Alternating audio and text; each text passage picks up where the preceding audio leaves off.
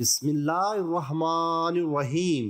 ماہ رمضان کی 23، 24، 25 راتوں میں نماز عشاء سے لے کر تہجد تک یہ ایک چھوٹی سی سورت 3 بار پڑھ لیں۔ سورج نکلنے سے پہلے ہی گھر میں رزق کا ڈھیر لگ جائے گا۔ رمضان المبارک بڑا بابرکت مہینہ ہے اور اس کے آخری عشرے میں ایک رات ہے جس میں عبادت 1000 مہینوں کی عبادت سے افضل ہے۔ طاق راتوں میں تلاش شب قدر میں جو عبادت کر رہے ہیں اللہ انہیں قبول فرمائے۔ اس ماہ مبارک میں مسلمان جتنی پابندی کرتے ہیں وہ بقیہ مہینوں میں بھی اسی طرح پابند رہیں۔ شب قدر عظیم اور فضیلت والی رات ہے، اس کے ساتھ ہی یہ تقدیر ساز رات بھی ہے۔ اللہ اس رات تقدیروں کا فیصلہ فرماتا ہے اور اس ایک رات کی عبادت 1000 راتوں کی عبادت سے افضل ہے۔ جتنے بزرگ اور نوجوان طاق رات میں قیام کرتے ہیں اللہ ان کو قبول فرمائے اور مزید مسلمانوں کو اس کی فکر عطا فرمائے۔ اللہ رب العزت نے اپنے نبی علیہ الصلوۃ والسلام کی برکت سے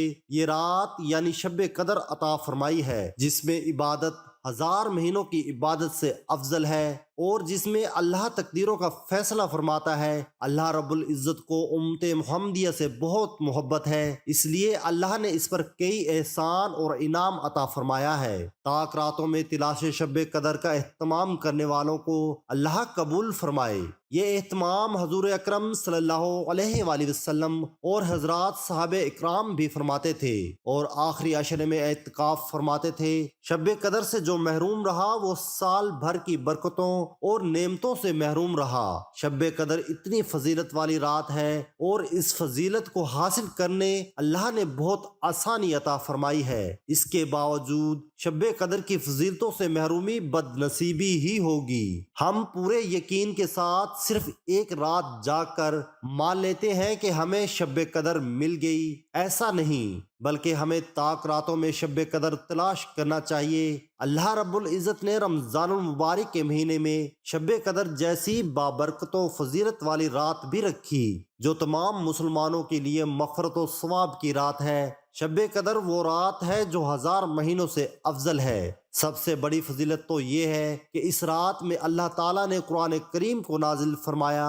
اللہ تعالیٰ نے فرمایا بے شک ہم نے قرآن کریم کو شب قدر میں نازل کیا۔ رسول اللہ صلی اللہ علیہ وآلہ وسلم نے فرمایا کہ یہ مقدس رات اللہ نے فقط میری امت کو عطا فرمائی ہے، سابقہ امتوں میں یہ شرف کسی کو نہیں ملا۔ گویا یہ عظیم نعمت بھی رسول رحمت صلی اللہ علیہ وآلہ وسلم کی غلامی کے صدقے میں امت کو نصیب ہوئی ہے اور رب کریم کی اپنی محبوب صلی اللہ علیہ وآلہ وسلم کی امت پر خصوصی عنایتوں میں سے ایک عظیم عنایت ہے۔ یہ عظیم رات بہت ہی خیر و برکت والی ہے۔ اسی رات کو اللہ نے 1000 مہینوں سے افضل قرار دیا ہے اور 1000 مہینے کی 83 برس 4 ماہ ہوتے ہیں، یعنی جو بندہ اس رات میں عبادت کرتا ہے گویا اس نے 83 برس 4 ماہ کی عبادت کی اور یہ کم سے کم ہے۔ اللہ نے اس رات کو 1000 مہینوں سے بھی افضل قرار دیا ہے۔ یہ مدت کتنی بھی ہو سکتی ہے، یعنی 1000 مہینوں تک عبادت کرنے کا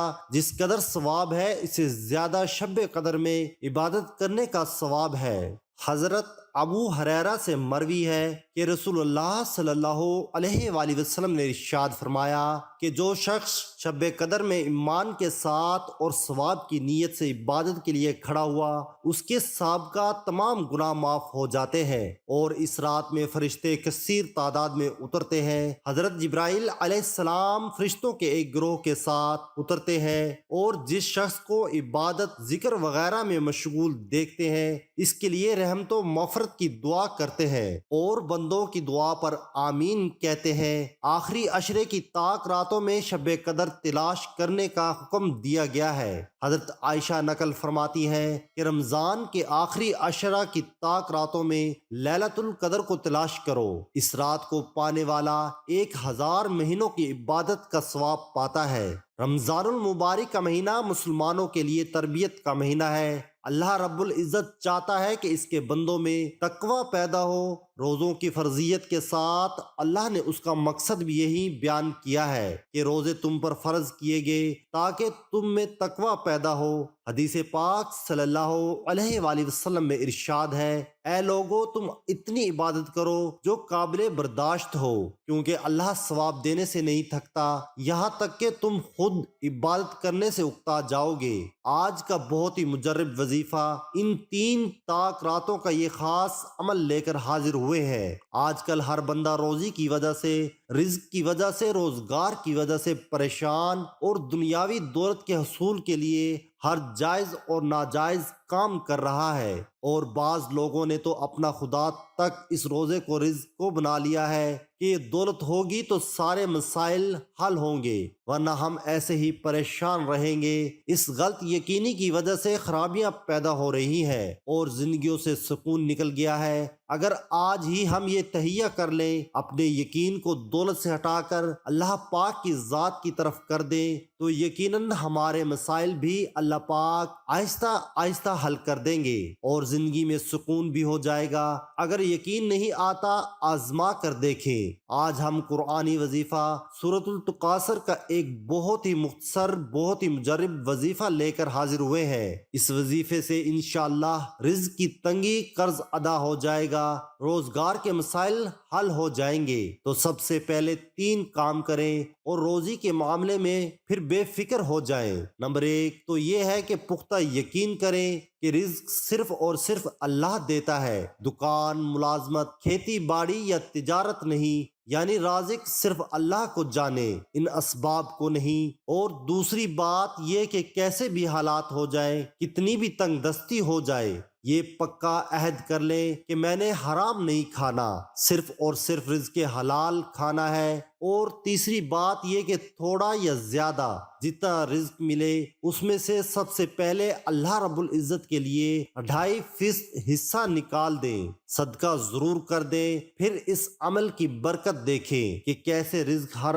آنے والے دن میں پہلے سے بڑھتا ہے۔ تو دوستو وظیفہ آپ کے ساتھ شیئر کرتے ہیں، لیکن جو باتیں آپ کو بتائی ہیں ان باتوں کو بھی ذہن نشین رکھیے اور ان پہ بھی عمل ضرور کیجئے۔ اگر کوئی شخص مقروض ہو، اس کا قرض کسی صورت ادا نہ ہو رہا ہو، تو یہ نہایت آسان سا عمل ہے کہ نماز عشاء سے لے کر تہجد کی نماز کے بعد 3 مرتبہ سورۃ التکاثر باوضو پڑھ لیں، انشاءاللہ اس کا تمام قرض ادا ہو جائے گا۔ یہ عمل آسان ہے، اس لیے اس کی مستقل عادت بنا لیں۔ اور دوسرا طریقہ یہ کہ بارش کا پانی اکٹھا کریں، مگر یہ پانی زمین سے نہیں لینا، بلکہ جب بارش ہو رہی ہو تو کسی کھلے برتن میں اکٹھا کر لیں، اور سورۃ التکاثر یہی جو پارہ نمبر 30 میں ہے یہ 41 مرتبہ پڑھ کر اس پانی پر دم کر لیں۔ پھر اس پانی کو بوتل میں ڈال کر سنبھال لیں اور اس بوتل سے تھوڑا تھوڑا پانی گھر والے